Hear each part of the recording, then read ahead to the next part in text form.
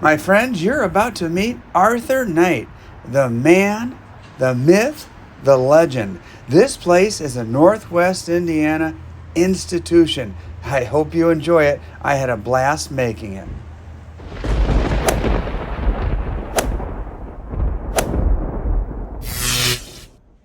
Hello, Silver fans. This is T, and you're in the place to be for Silver education, acquisition, and entertainment. Hey, we are at Arthur Knight's place in Hobart, Indiana.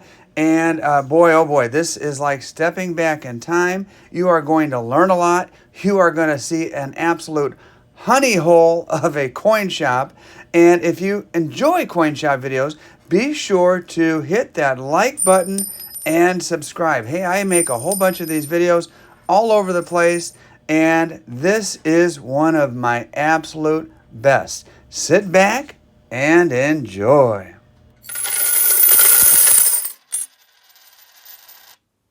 T.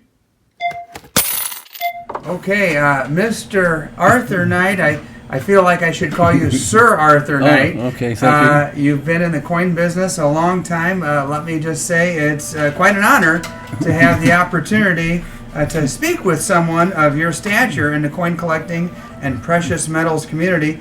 Thank you for granting me this interview. And thank you for having me. Oh, there goes the phone nonstop. You're open for business, and we're going to kind of work around. If you have customers, we need to pause. We certainly can. Okay. Why don't you start by telling me a little bit about the history of your coin collecting and accumulation of precious metals. When did you start? Also, I've always been a collector. In kindergarten, I collected bottle caps and marbles, and then stamp collecting, and then coins. Put Lincoln cents in the little blue folders then, and filled the spaces up when I was about 7 years old. Okay. And so, are you originally from the region here? Originally from Gary, Indiana. Okay. And had the first store was in Gary from 1966 through 1972. Wow. I moved in 1972 to Hobart at 301 Main Street. Was there for at least 25 years. I had two stores for a while across the street, and this was called the Jewel Shop, and the owner passed away. So I had two shops, really three. I had another store in Illinois, so for a while I had three stores and got a little bit too much. So down to one right now, getting tired. Yeah.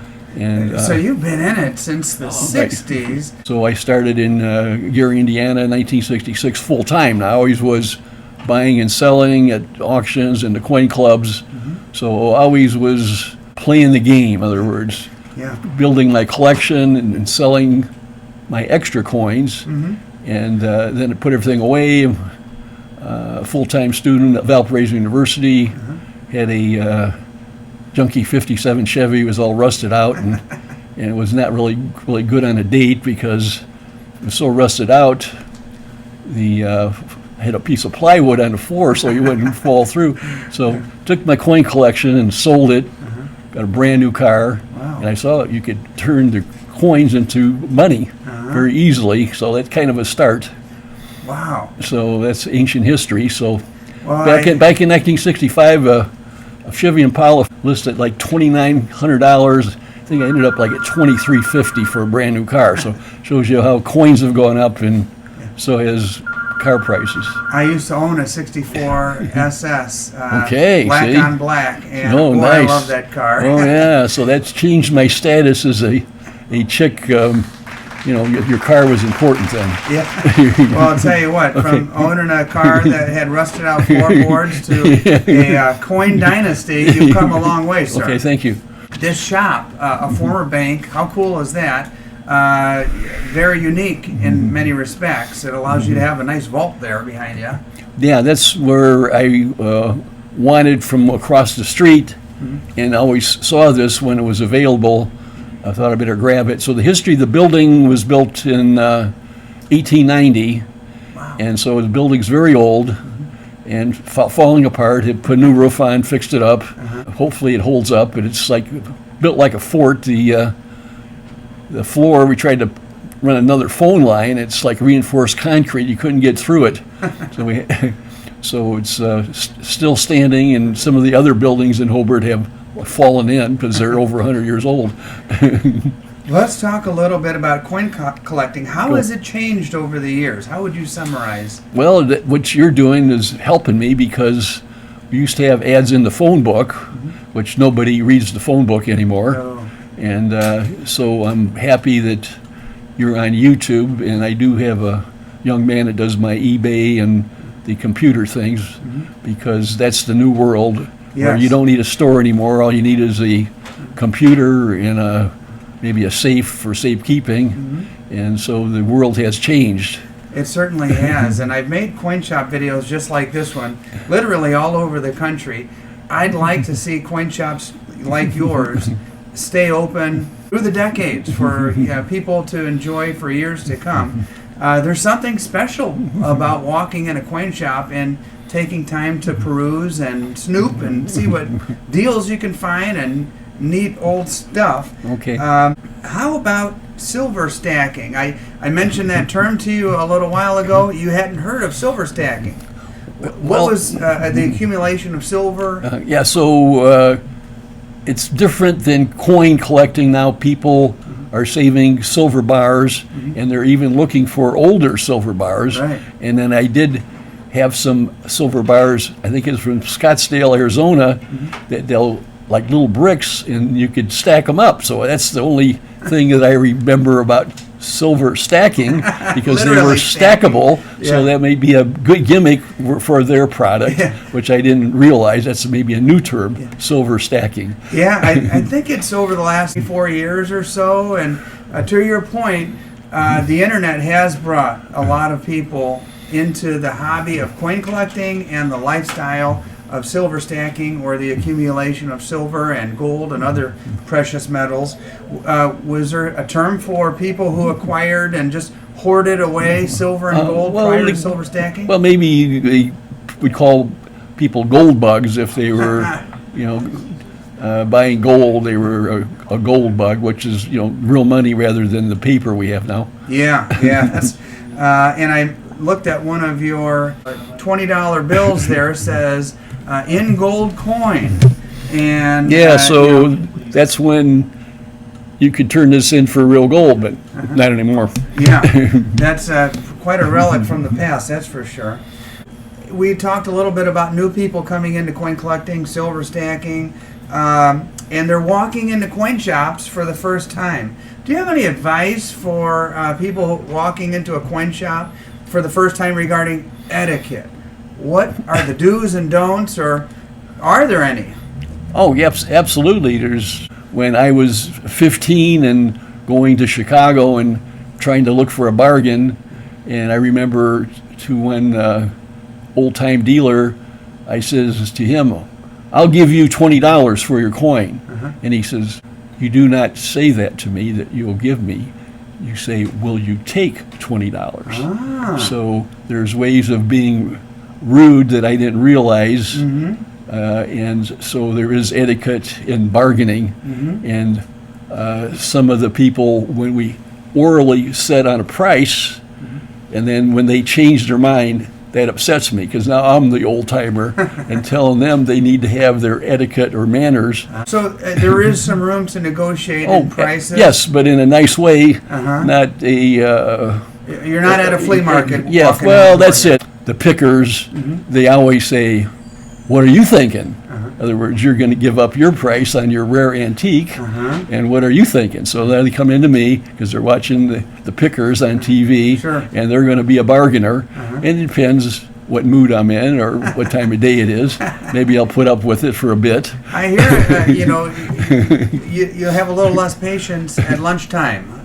Well, that's it. We have typical nobody in for an hour, and as soon as lunch comes, we have 8 people coming in at once. And then I'm not in a very good mood, because when I get back, all my French fries have died. Well, for someone who's been in it that long, sir, you have that right to run your shop the way you do. Let's talk a little bit about the economy. There's been so much money printing in the last couple of years, and inflation's through the roof. They quote us numbers. We all know those numbers are really higher. Considering what's going on in the world, can you imagine silver going back up to $50 like it did in 1980 or 2011? Absolutely. It's just the supply chain. Similarly, people will come in and they say, well, an ounce of silver on the computer is $25. Well, sorry, I can't sell it for that. Yeah. And maybe that's where you should buy it. Well, they're all out, though. They're all out at $25. Well, that's the reason. So, I want to buy gas at, $1.50 a gallon, but they won't sell it to me for $1.50 a gallon. The manipulators, the billionaires control the market, and the price you see there is not the real price for 1 ounce of silver. That's a contract of 5,000 ounces on paper. That's mainly a commodity price. Right. And you could go to a commodity broker and you could buy it for that price, but you get a piece of paper. What advice would you have for young people regarding silver and gold? Basically, do your homework, have some business sense, do the research first. Get some of the basic supply and demand things. The point would be the big guys control the big prices, and the real market is the little guys. Right. So when silver went down to $12 an ounce, nobody was selling. That was the on paper price. So that's where's the real price? I'll tell you what, I'm going to give you 3 different precious metals. Okay. Give me your thoughts. The first thought that crosses your mind, feel free to expound a little bit if you'd like, but regarding gold. Well, gold is real money, even back in Roman times, and it's still money, and it's valuable because it doesn't rust, it doesn't evaporate, and you can put it in your hand, unlike a Bitcoin, which is what's that? I still don't understand that. So gold is money. Yes. Silver. Silver, similarly, and silver, like you say, a lot of uses for the mirrors that make the solar panels. Silver spoons were made because silver is safe because the germs can't stick to silver. That's why people had silver spoons. So a lot of uses for silver, and silver, I think, is very underpriced compared to gold right now. I think it's underpriced as well. How about platinum? Platinum, 10 times as scarce as gold, but not priced. A very tough market to buy and sell, a very thin market compared to gold and silver. It's probably underpriced right now. It's more of an industrial metal than a metal for making jewelry and other things, but very precious, of course. Okay, another stacking question. What are you charging over spot for generic silver, like generic rounds? I assume you have some generic rounds. And, do you have any in stock today? Yeah, I see right now I have my sell price, a little note that I'm selling at $31. Okay. I did order 500 for a well-known client, and I worked on like a 25 cents commission because he paid me all the money, and I got them in a week or so. But most of the bigger dealers for the 1 ounce silver, they're sold out. Okay. And the premium is big, especially the premium on the Silver Eagles. Oh, yeah. The first ones came out, I had to pay $9 over, and I bought 500, and the last batch, I think about $11 over the spot price. Speaking of big orders, I have it on good authority that you are the guy that the other dealers in Northwest Indiana come to when they need something. Is that true? You don't have to name names. I've got over 50 years worth of stuff, and so they have a list. I should have something. It's a matter of where did I put it. So if they, so they have a list of somebody's what they need coins. Sure. Supply is short. Right. Everywhere from here to South Florida, supply seems to be short, especially in junk silver. Do you have any junk silver for sale today? Yeah, like quarters and dimes that are 90% silver. Yes. Yeah, I got several thousand face of it and Oh, wow. not giving it away. So Sure. In some ways, I kind of see you as the, sitting on a mountain of silver and gold here. Let me ask the final question here.